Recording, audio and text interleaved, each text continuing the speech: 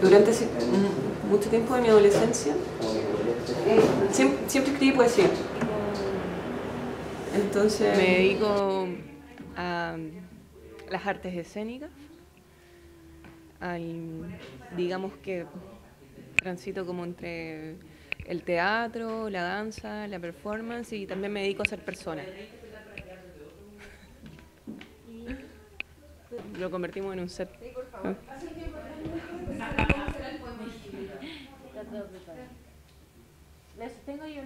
¿Conocí a la Panchi Rubén? ¿Cómo te sientes tú? Ella es una de las dueñas del café. Rubén es el técnico, ¿sí? ¿Tú eres relacionado al público?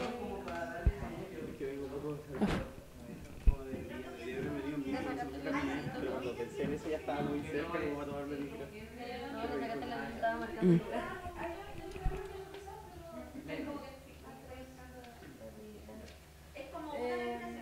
Nicole. Diga. ¿Tu nombre? Nicole Rivera.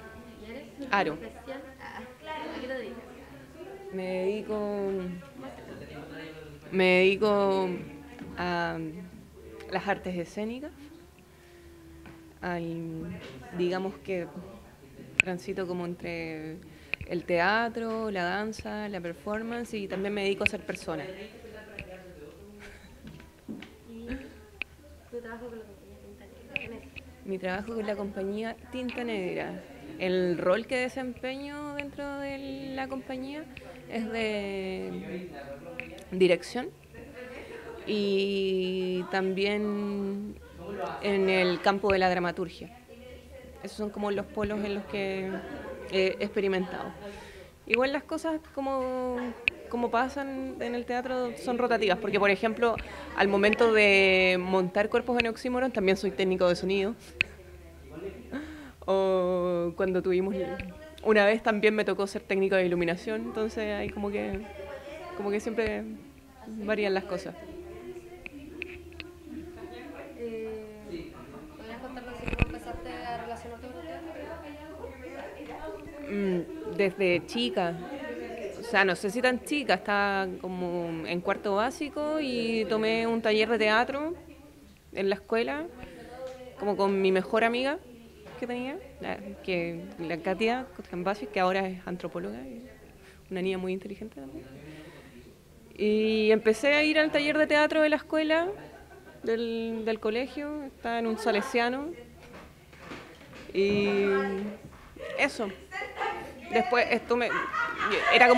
era una niña muy tímida y como que decidí explorar por ahí. Después me alejé un tiempo y volví a retomarlo como en octavo básico y en primero medio. En octavo ya estaba en otro colegio y empecé a ir así como un taller de teatro en la Corporación Cultural de Puerto Montt. No, fue muy divertido. Y mi primer profesor se llamaba Rafael Arenas, un caballero con una voz muy profunda y prominente, chistoso. Y también en el colegio tomé algunos cursos de danza y después de eso me volví a alejar. Y me reconcilié de nuevo, o me encontré ya cuando estaba en tercero medio, que tomé una clínica teatral en Balmaceda con Gustavo Mesa. Y al año siguiente volví a repetir la experiencia con Gustavo Mesa y ahí como que comprobé o reafirmé que quería estudiar teatro. Aunque mi búsqueda igual era amplia. También pensé en estudiar artes visuales o filosofía o literatura. Pero finalmente, después de ir a dar las pruebas a la Chile, donde fracasé rotundamente y me fue muy mal, di la PSU, me fue muy mal también y fue como ya no, en verdad tengo que prepararme porque no quiero estudiar ni artes visuales, ni filosofía, ni literatura, y quiero estudiar teatro. Eso. Me preparé, tomé talleres, teatro, danza, di las pruebas en la U de Valpo y me fue bien y ahí empecé. Y de ahí hacia adelante. Luego de eso, me da la impresión de que los primeros años, que suelen ser así como muy motivados, para mí fueron como mucho más de aprender así como herramientas o de investigar así como en lo que en el mundo del teatro y en las materias que se me estaban presentando en la universidad. Entonces recién cuando estaba en ¿En qué curso estaba en la escuela? Estaba en cuarto, estaba egresando. Ahí me acerqué a un grupo de compañeros, me acerqué a Valeria Bejar, actriz de Oxímoron, y le dije, ¿sabes qué? Me gustaría escribir este texto y me gustaría llevarlo a cabo, pero no sé cómo. Pausa. ¿En qué te inspiraste para escribir la narrativa? Para, no sé, ¿cuáles fueron tus referentes para crear esta obra? Los referentes que tuve para crear, digamos, el impulso, la pulsión que me llevó a la poiesis de Oxímoron fueron como mis referentes literarios que tenía en ese tiempo, que eran Allen Ginsberg, Henry Miller y Kerouac, que eran miembros de la generación Beat. Entonces, como que en ese tiempo estuve recurriendo literariamente a ellos y su poética, como basándome un poco en las experiencias de vida que ellos habían experimentado como miembros de la generación Beat, se llegó a escribir esta situación. Básicamente lo que me llamó la atención fue como la desinhibición sexual y experimentación en materias de drogas que ellos tenían. Entonces dije, ya, ¿qué tal si tomamos algún rasgo de lo que pasa acá?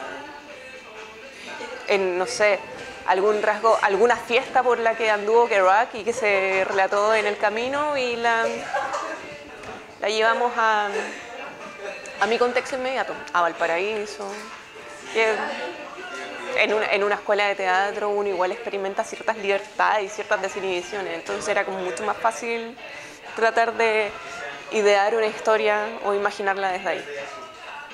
Igual es curioso que me preguntes eso porque el otro día nosotros tuvimos un receso con los niños, que la última vez que montamos Cuerpos en Oxímoron fue en junio del año pasado y desde ahí hasta ahora. Yo pensé que el proceso se iba a dejar, o por lo menos yo tenía como esa intención, y volver a remontarla igual fue sorpresivo, y más aún porque está Simri. Simri es la actriz de la primera temporada de Oxímoron y ella se retiró del proceso y llegó Andrea Liberona. Era una chica, estudiante de comunicación audiovisual y que sin tener así como conocimientos en actuación, en materia teatral, decidió entrar y participar activamente como parte del elenco. Entonces, después de que se cerró el proceso, se tomó distancia por parte de todos. Entonces, la semana pasada, que fue cuando nos volvimos a reencontrar de nuevo a hacer la obra, me pregunté, wow, así como, ¿de dónde vino la inspiración o por qué escribí esto? Y qué pasaba con mis referentes de aquella época, que igual, que en esos tiempos eran sí, súper, y la generación Beat, bacán. Y ahora como que lo analizo y son mis referentes de adolescencia. Entonces, como que ahora lo veo así. Como que Cuerpos en Oxímoron igual surge desde un impulso o una pulsión adolescente donde se reflejan todos mis clichés literarios.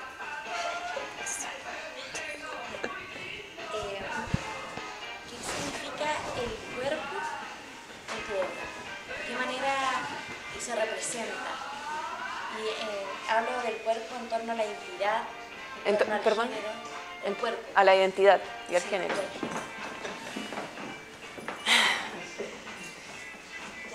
El cuerpo en esta obra surge como consecuencia, nunca fue un fin. Fue una causalidad que se da en directa relación al casting que se eligió para la obra, ya que el texto dramático presenta la historia de Vicente, Elena y Juan. Y al momento de yo buscar a los actores con los que quería trabajar, me di cuenta así como que de la gente con la que yo quería trabajar. Estaba la Vale, estaba la Simri y estaba el Luis. Entonces, ¿qué se hace? ¿Qué se hace en ese caso? Porque igual era muy raro. La Vale siempre fue Vicente, pero era muy raro como que la Vale sea Vicente, que Luis, en ese tiempo estaba Pablo Gutiérrez, otro actor, que el Pablo sea Juan y que, bueno, Tania era otra compañera que teníamos que, no sé, que ella hiciera Elena y que era muy raro. Entonces, para empezar a crear un lenguaje, se decidió por invertir los roles y el género. Vale decir que Vicente y Juan sean interpretados por hembras y Elena por un hombre o por un macho. Entonces, digamos que la idea de cuerpo nunca surge como tal, sino que es un devenir. Se deviene cuerpo en oxímoron en la obra, en directa relación a esta decisión que se tomó de los roles y los actores. Y esto fue lo curioso que pasó, porque al momento de crear el texto, yo siempre se menciona el oxímoron, o no directamente, nunca se dice oxímoron en la obra, pero a través de la poesía, a través como de las figuras retóricas que aparecen, se evidencia. Sin embargo, en relación a esta decisión que se tomó, pasó algo súper bonito, que se encontró o coincidió o devinió que el cuerpo se pusiera en oxímoron. Vale decir, esta mujer interpretando un hombre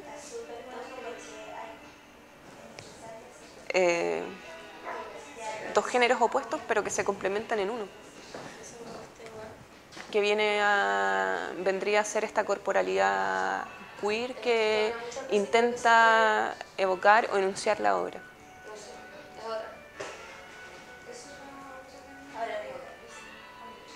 A través de este tratamiento de género, creo que es la forma más clara que tengo de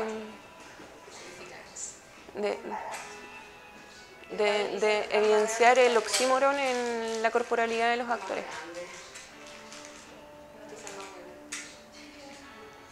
No sé si respondo algo. Sí, responde.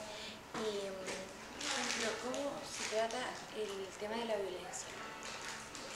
El tema de la violencia. Me parece que el tema de la violencia está súper naturalizado. No es como un factor extraordinario o que... Porque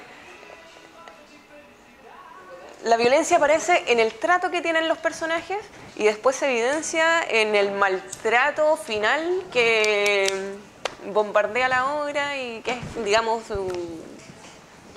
su desenlace. Entonces no es una finalidad en sí, como que nunca pensamos en la violencia, así como que vamos a hacer esto para reflexionar sobre la violencia. No, es como la violencia aparece y aparece, pero no hay ningún pensamiento crítico en torno a ella. Obviamente el espectador, uno puede... No. Sino como el hecho que cuando alguien que no acostumbra a ver, de partida que no acostumbra a ver teatro, o que tampoco ve desnudos, por ejemplo, claro, en vivo, un golpe en vivo, un grito en vivo, ustedes se lo pasan por ustedes. Y de alguna forma para el espectador siempre algo nuevo, son desnudos, claro, son desnudos. Sí. ¿Cachai? Y un golpe siempre hace. Pero eso yo no lo tomo como violencia. O sea, sí, en estricto rigor podemos decir que la imagen es violenta para el espectador, pero lo tomo más como poner en crisis al espectador o como en una forma de incomodarlo. En este espacio tan pequeño, con actores tan cerca de él, uno siempre está acostumbrado como a tener mayores distancias, a estar en una butaca o en una disposición espacial propia a una sala de teatro. Pero las casas los ambientes más domésticos o íntimos te obligan a esta proximidad cinética. Entonces el espectador está acá y los actores se están revolcando en sus pies. Entonces le da también o le otorga cierta cualidad de espectador voyeur, digamos. Bueno, quizás eso sea violento para ellos, pero nosotros no nos enfrentamos como de manera violenta, no queremos ser violentos, sino más que bien mostrar las cosas como son y desde ese punto como poner en crisis a través de la incomodidad, a través de esta cercanía, que siempre es incómodo. Si yo veo un cuerpo desnudo, trato de alejarme, pero si te pongo el cuerpo acá es como, ya pues, ¿qué haces? De hecho, pasó una vez. Hay una parte de la obra donde Juan se acerca a un espectador diciéndole un texto, va donde él, le toma la mano y le dice su texto, que igual es un texto súper íntimo y que también con la sonoridad de la voz del actor genera algo en la persona que lo está viendo. ¿No crees que a veces esa como dices tú, lo que es más real, va a parecerle violenta a la gente y eso es lo que también produce el... Sí, de hecho una vez pasó que claro, que era como que esa incomodidad podía ser violencia. Pero claro, pasa desapercibida porque el común de la gente no va a reaccionar ante eso, sino que se va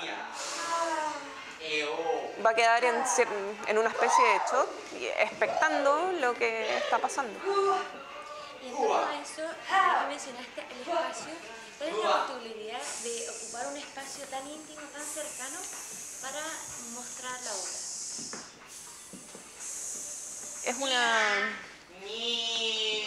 La opción del espacio doméstico es una decisión súper consciente en cuanto a la realidad teatral por la que pasamos los actores, de que estamos en una situación súper precaria donde de repente hacer teatro en sala tiene un costo más caro, hay que dejar un bordero, se necesitan muchas cosas y no siempre está en la sala de disposición. Yo lo veo, por ejemplo, con el Parque Cultural ahora, que no da abasto. Tú les pides fechas para montar y ruega, cruza los dedos para que tengas una fecha. Y si tienes, te van a dar 2 días, no vas a tener una temporada. Entonces, conseguir un espacio igual ya es más complicado porque te adaptas a los tiempos de los otros. Y en esta situación precaria de buscar también espacios donde ensayar, aunque siempre tuvimos como el apoyo del Parque Cultural que nos prestaba salas de ensayo,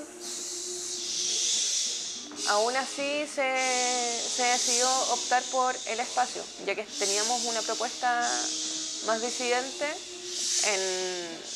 en cuanto al tratamiento de la corporalidad de los actores, a esta propuesta queer que se evidencia en sus cuerpos.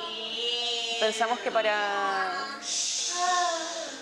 las escenas propuestas en la obra y en la escenificación de cuerpos en oxímoron, que tienen un nivel de intimidad alto, era mejor como para producir y generar ciertas sensaciones en el espectador un espacio mucho más íntimo.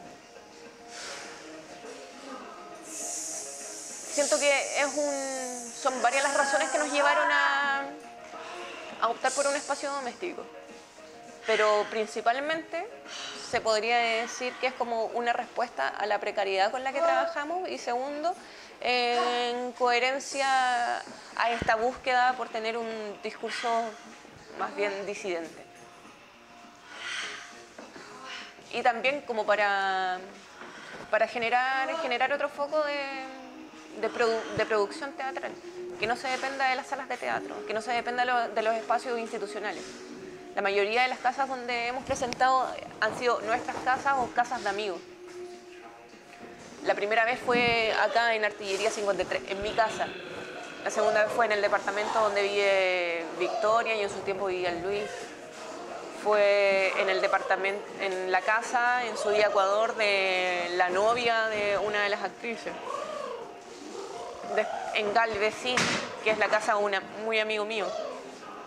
En Santiago, cuando mostramos, también fue en el departamento de Jimmy Valenzuela, que ha sido como nuestro fan número uno y el más entusiasmado, uno de los fieles a Cuerpos en Oxímoron.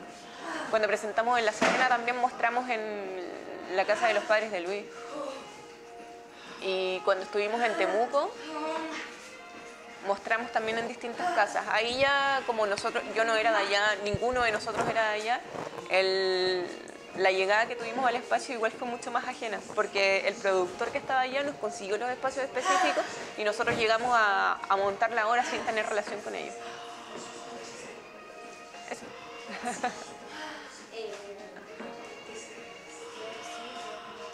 ¿Cómo lo haces? ¿Cómo haces qué cosa?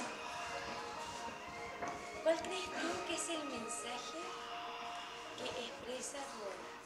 ¿Cómo lo haces, Vicente? ¿Cuál es el mensaje que expresa Cuerpos en Oxímoron? ¿Por qué? Vamos a cambiar el escenario. Ya. Sí. Para no... Porque sí. ¿Cómo lo haces, Vicente? ¿Cómo sé qué cosa? Ser tranquila. Ser tan... Ay. ¿Qué onda, Juan? ¿No la querés poner? ¿O preferís que te la ponga yo? ¿Ya? ¿Qué no voy a responder? ¿Te avergüenza? ¿Te avergüenza tu condición? ¿Te avergüenza como lo vi el otro día? Así en 4, llevándole a...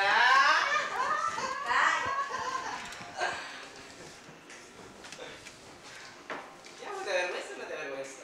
¿Te avergüenza? Sí, me da vergüenza. Ya. Me parece. ¡Ay, se le cae la botella! ¡Se le cae la botella! Me parece que la reflexión que gira en torno a la significación de Cuerpos en Oxímoron gira en torno a su potencialidad poética y a la performatividad que adquieren los cuerpos, otorgándole un tratamiento de género determinado y al ponerlos a actuar en un espacio doméstico específico. Creo que son hartos conceptos que se juntan, pero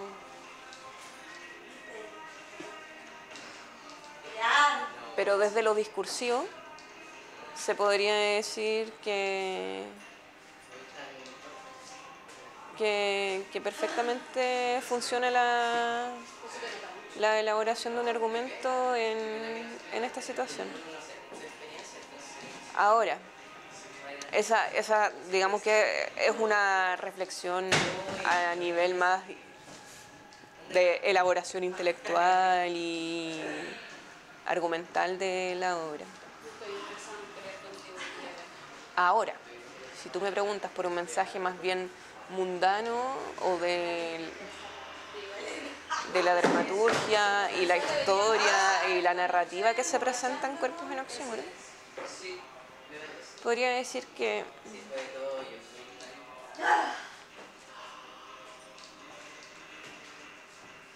el mensaje es que el ego destruye. Y más que pasar a llevar a los otros, te destruye a ti mismo. Y es lo que pasa con Vicente, con el personaje principal de Cuerpos en Oxímoron. Todos los conflictos radican en él y el oxímoron está presente en él, en sus dualidades, en sus conflictos entre la vida y sus pretensiones literarias.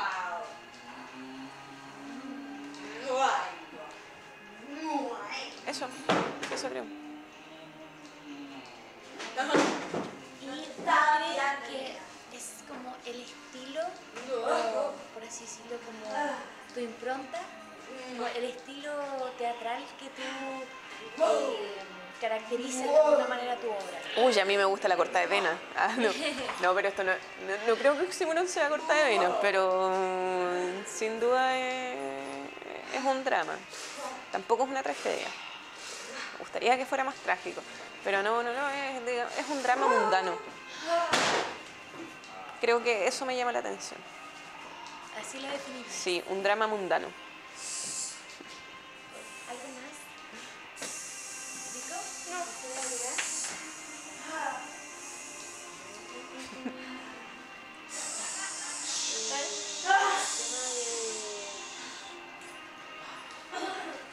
Esto es más que nada así como, ¿cómo llamarías a los espectadores? Como, ¿qué valor le atribuiría a ellos? Como si que tuviesen confianza, que se vivieran también al ver la obra. ¿Cómo llamas también a tu público? Es que la invitación al público es a compartir, a disfrutar esta fiesta que propone Cuerpos en Oxímoron y a ser parte de este devenir del carrete que es tan propio del puerto.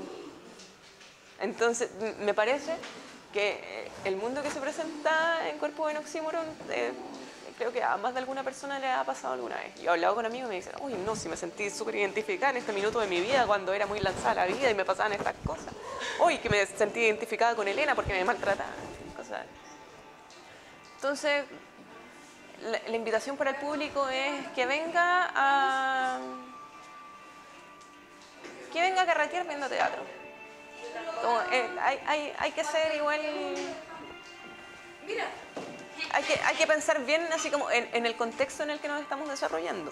Valparaíso es una ciudad que se sustenta por el turismo y la bohemia. La bohemia creo que es como uno de los pilares económicos de Valparaíso. Entonces, en ese sentido, la invitación también es como a carretear. A carretear es ver teatro. O ver teatro carreteando, hacer las dos cosas. A la gente le gusta más carretear que ver teatro, entonces de repente así como hacer las dos cosas puede ser chistoso. Ya, ¿y eso sería? ¿Aprovecho el micrófono? Claro, así como, no sé, ¿qué ha significado para ti esta obra? Porque esta ha sido una de tus primeras obras en las cuales diriges. Sí. ¿Significa como oxímoron para ti?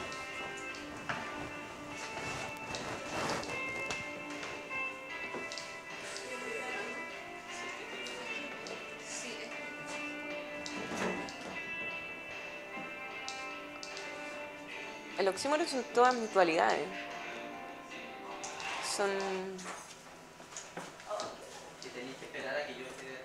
Durante mucho tiempo de mi adolescencia siempre escribí poesía. Entonces, la forma que tuve de acercarme al teatro fue desde ahí. Y en ese sentido, la figura literaria del oxímoron me ayudó como a plasmar esta visión poética en el teatro. O a intentar hacerlo, por lo menos. Entonces, el oxímoron, para mí, personalmente, representa todas mis dualidades que se presentaron en determinado minuto de mi vida, que es como el final de mi adolescencia. El final de mi adolescencia que acabó hace un año. No, pero eso, como todos los conflictos, todas las contradicciones, todas las dualidades, todos los problemas existenciales humanos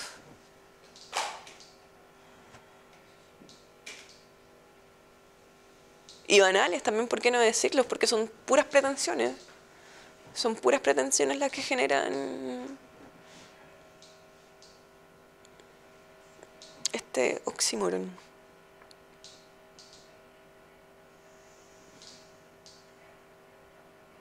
Eso, para mí oxímoron igual es una obra con la que he aprendido a crecer harto. Como wow, hoy día pensaba eso, es como llevamos harto tiempo trabajando esta obra. Es una obra que me ha enseñado a trabajar colectivamente igual.